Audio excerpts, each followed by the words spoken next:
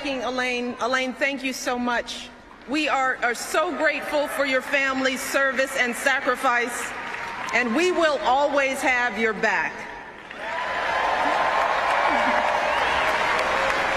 Over the past few years as First Lady, I have had the extraordinary privilege of traveling all across this country, and everywhere I've gone and the people I've met and the stories I've heard, I have seen the very best of the American spirit.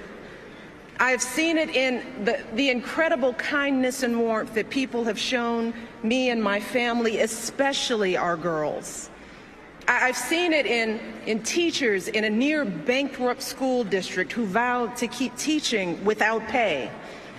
I've seen it in people who become heroes at a moment's notice, diving into harm's way to save others, flying across the country to put out a fire, driving for hours to bail out a flooded town. And I've seen it in our men and women in uniform and our proud military families. In wounded warriors who tell me they're not just going to walk again, they're going to run, and they're going to run marathons.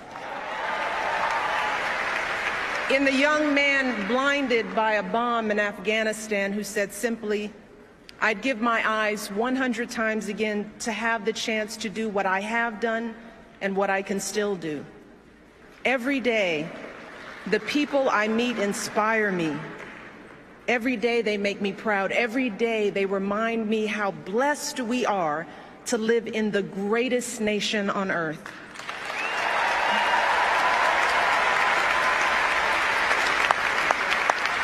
Serving as your First Lady is an honor and a privilege. But back when we first came together 4 years ago, I still had some concerns about this journey we'd begun. While I believed deeply in my husband's vision for this country, and I was certain he would make an extraordinary president, like any mother, I was worried about what it would mean for our girls if he got that chance. Now, how would we keep them grounded under the glare of the national spotlight? How would they feel being uprooted from their school, their friends, and the only home they'd ever known? See, our life before moving to Washington was filled with simple joys. Saturdays at soccer games, Sundays at Grandma's house, and a date night for Barack and me was either dinner or movie, because as an exhausted mom, I couldn't stay awake for both. And the truth is, I loved the life we had built for our girls, and I deeply loved the man I had built that life with, and I didn't want that to change if he became president. Loved Barack just the way he was. You see, even back then, when Barack was a senator and a presidential candidate, to me, he was still the guy who picked me up for our dates in a car that was so rusted out, I could actually see the pavement going by in a hole in the passenger side door. He was the guy whose proudest possession was a coffee table he'd found in a dumpster, and whose only pair of decent shoes was a half size too small.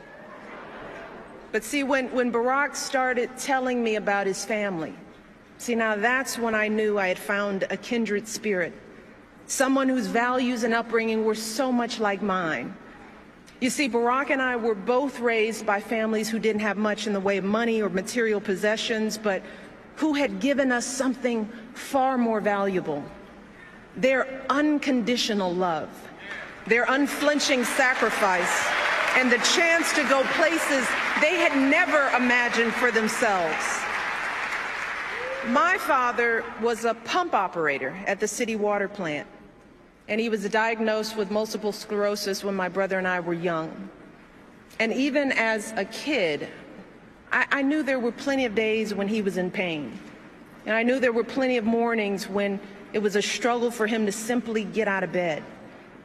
But every morning, I watched my father wake up with a smile, grab his walker, prop himself up against the bathroom sink, and slowly shave and button his uniform. And when he returned home after a long day's work, my brother and I would would stand at the top of the stairs of our little apartment, patiently waiting to greet him, watching as he reached down to lift one leg and then the other to slowly climb his way into our arms. But despite these challenges, my dad hardly ever missed a day of work. He and my mom were determined to give me and my brother the kind of education they could only dream of. And when my brother and I finally made it to college, nearly all of our tuition came from student loans and grants, but my dad still had to pay a tiny portion of that tuition himself. And every semester he was determined to pay that bill right on time, even taking out loans when he fell short. He was so proud to be sending his kids to college, and he made sure we never missed a registration deadline because his check was late. You see, for my dad, that's what it meant to be a man. Like so many of us. That was the measure of his success in life, being able to earn a decent living that allowed him to support his family. And as I got to know Barack, I realized that even though he had grown up all the way across the country, he'd been brought up just like me. Barack was raised by a single mom who struggled to pay the bills and by grandparents who stepped in when she needed help.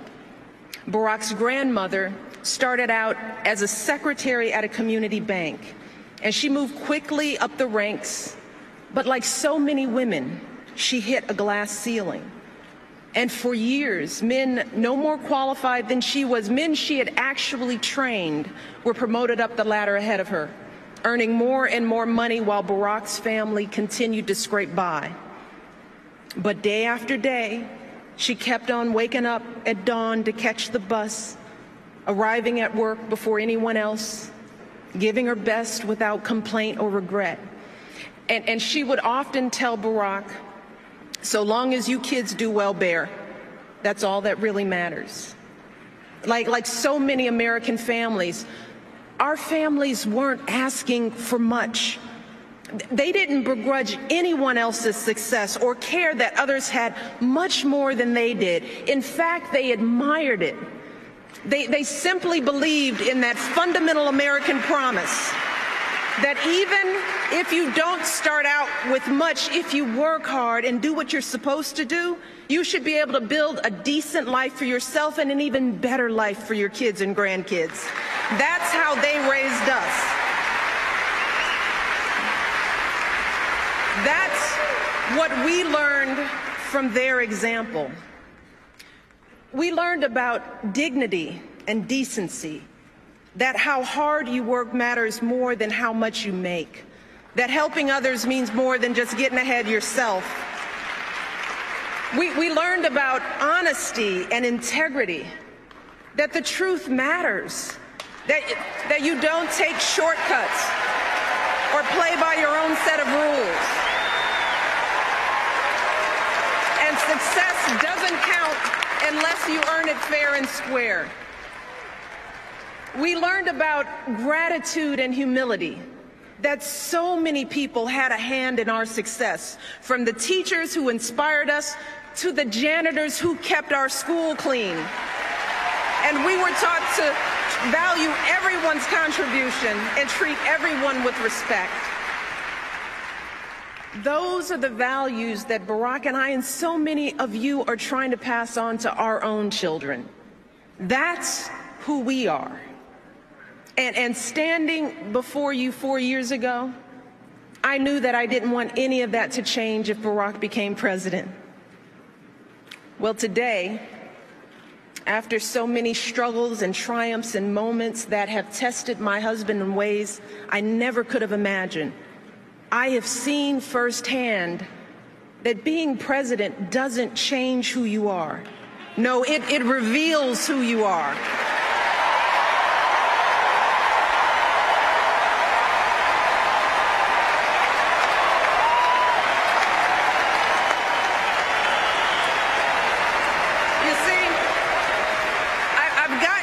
To see up close and personal what being president really looks like.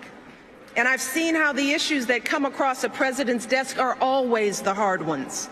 You know, the problems where no amount of data or numbers will get you to the right answer. The judgment calls where the stakes are so high and there is no margin for error. And as president, you're going to get all kinds of advice from all kinds of people. But at the end of the day, when it comes time to make that decision as president, all you have to guide you are your values and your vision and the life experiences that make you who you are.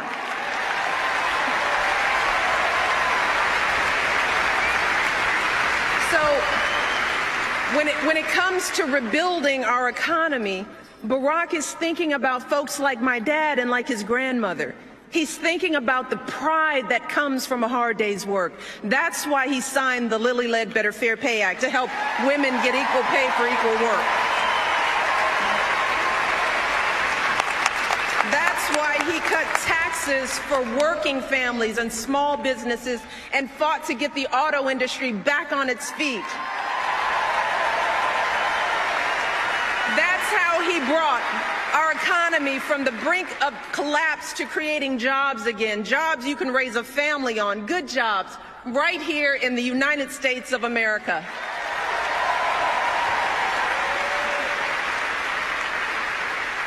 When it comes to the health of our families, Barack refused to listen to all those folks who told him to leave health reform for another day, another president.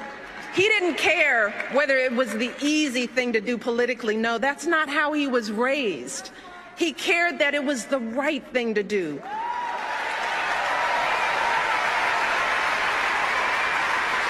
He did it because he believes that here in America, our grandparents should be able to afford their medicine. Our kids should be able to see a doctor when they're sick. And no one in this country should ever go broke because of an accident or an illness.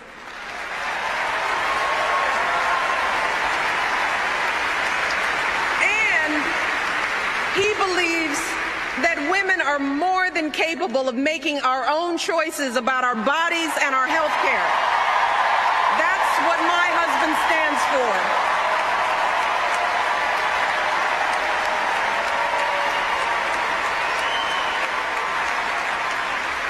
When it comes to giving our kids the education they deserve, Barack knows that, like me and like so many of you, he never could have attended college without financial aid.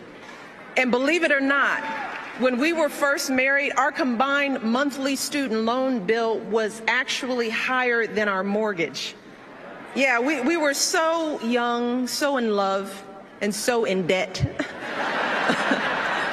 And that's why Barack has fought so hard to increase student aid and keep interest rates down, because he wants every young person to fulfill their promise and be able to attend college without a mountain of debt. So in the end, for Barack, these issues aren't political. They're personal. Because Barack knows what it means when a family struggles. He knows what it means to want something more for your kids and grandkids.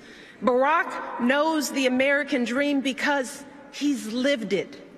And he wants everyone in this country, everyone, to have the same opportunity, no matter who we are or where we're from or what we look like or who we love.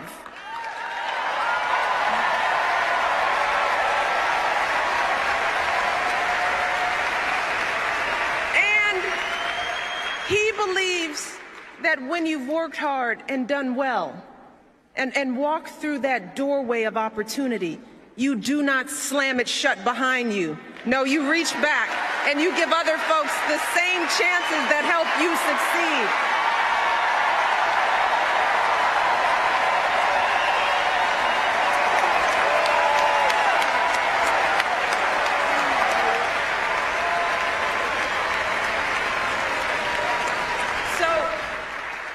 When people ask me whether being in the White House has changed my husband, I can honestly say that when it comes to his character and his convictions and his heart, Barack Obama is still the same man I fell in love with all those years ago. Yeah. He's the same man who started his career by turning down high-paying jobs and instead working in struggling neighborhoods where a steel plant had shut down, fighting to rebuild those communities and get folks back to work. Because for Barack, success isn't about how much money you make, it's about the difference you make in people's lives.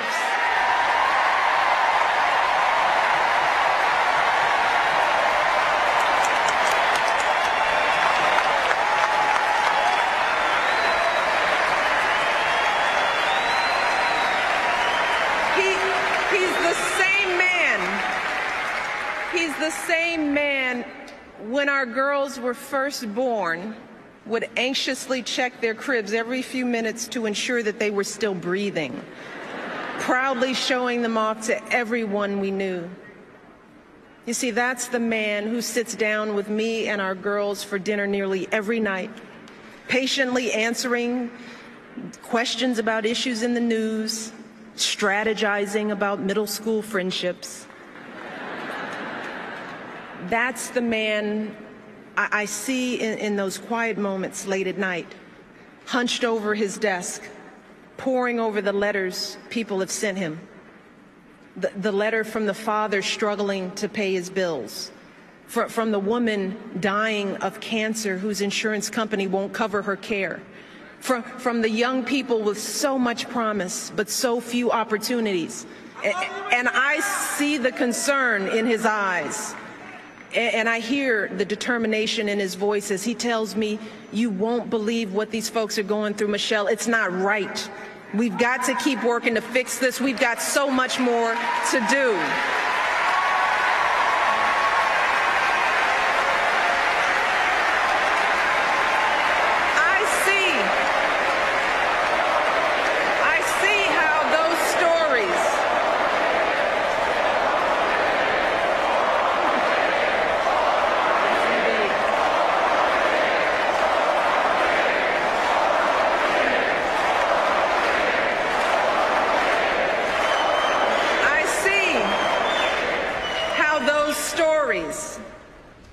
Our collection of struggles and hopes and dreams. I see how that's what drives Barack Obama every single day. And I didn't think that it was possible, but let me tell you, today, I love my husband even more than I did 4 years ago, even more than I did 23 years ago when we first met. Let me tell you why. See, I love that he has never forgotten how he started. I love that we can trust Barack to do what he says he's going to do, even when it's hard, especially when it's hard. Yeah, I love that for Barack, there is no such thing as us and them. He doesn't care whether you're a Democrat, a Republican, or none of the above. He knows that we all love our country, and he is always ready to listen to good ideas. He's always looking for the very best in everyone he meets. And I love that even in the toughest moments, when we're all sweating it, when we're worried that the bill won't pass and it seems like all is lost. See, Barack never lets himself get distracted by the chatter and the noise. No, just like his grandmother, he just keeps getting up and moving forward with patience and wisdom and courage and grace.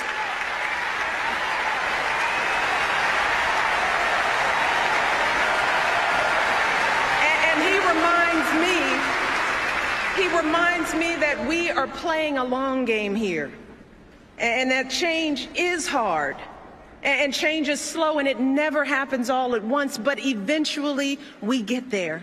We always do. We get there because of folks like my dad, folks like Barack's grandmother, men and women who said to themselves, I may not have a chance to fulfill my dreams, but maybe my children will. Maybe my grandchildren will. See, so many of us stand here tonight because of their sacrifice and longing and steadfast love, because time and again they swallowed their fears and doubts and did what was hard. So today, when the challenges we face start to seem overwhelming or even impossible, Let us never forget that doing the impossible is the history of this nation. It is who we are as Americans. It is how this country was built.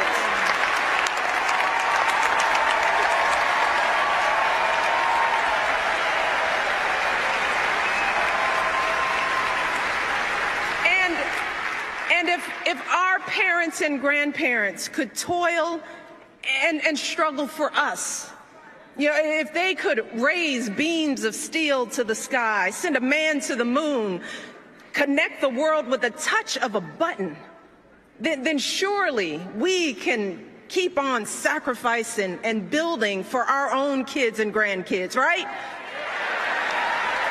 And if so many brave men and women could wear our country's uniform and sacrifice their lives for our most fundamental rights, then surely we can do our part as citizens of this great democracy to exercise those rights.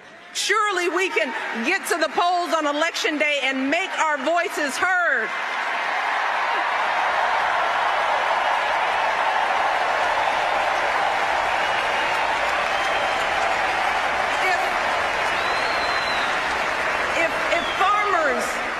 Blacksmiths could win independence from an empire, if immigrants could leave behind everything they knew for a better life on our shores, if women could be dragged to jail for seeking the vote, if a generation could defeat a depression and define greatness for all time, if a young preacher could lift us to the mountaintop with his righteous dream, and if proud Americans can be who they are and boldly stand at the altar with who they love, then surely we can give everyone in this country a fair chance at that great American dream.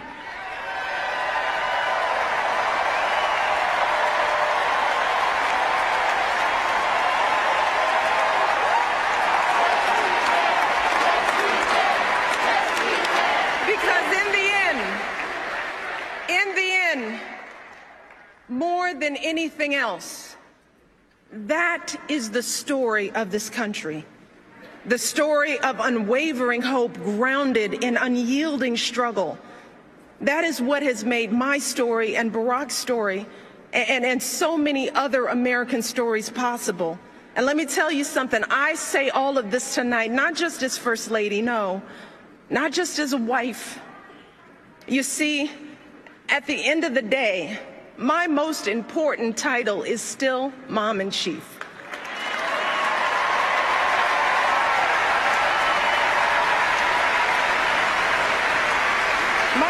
My daughters are still the heart of my heart and the center of my world. But let me tell you, today I have none of those worries from 4 years ago, no.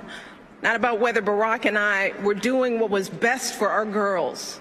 Because today, I know from experience that if I truly want to leave a better world for my daughters and for all of our sons and daughters, if we want to give all of our children a foundation for their dreams and opportunities worthy of their promise, if we want to give them that sense of limitless possibility, that belief that here in America there is always something better out there if you're willing to work for it, then we must work like never before. And we must once again come together and stand together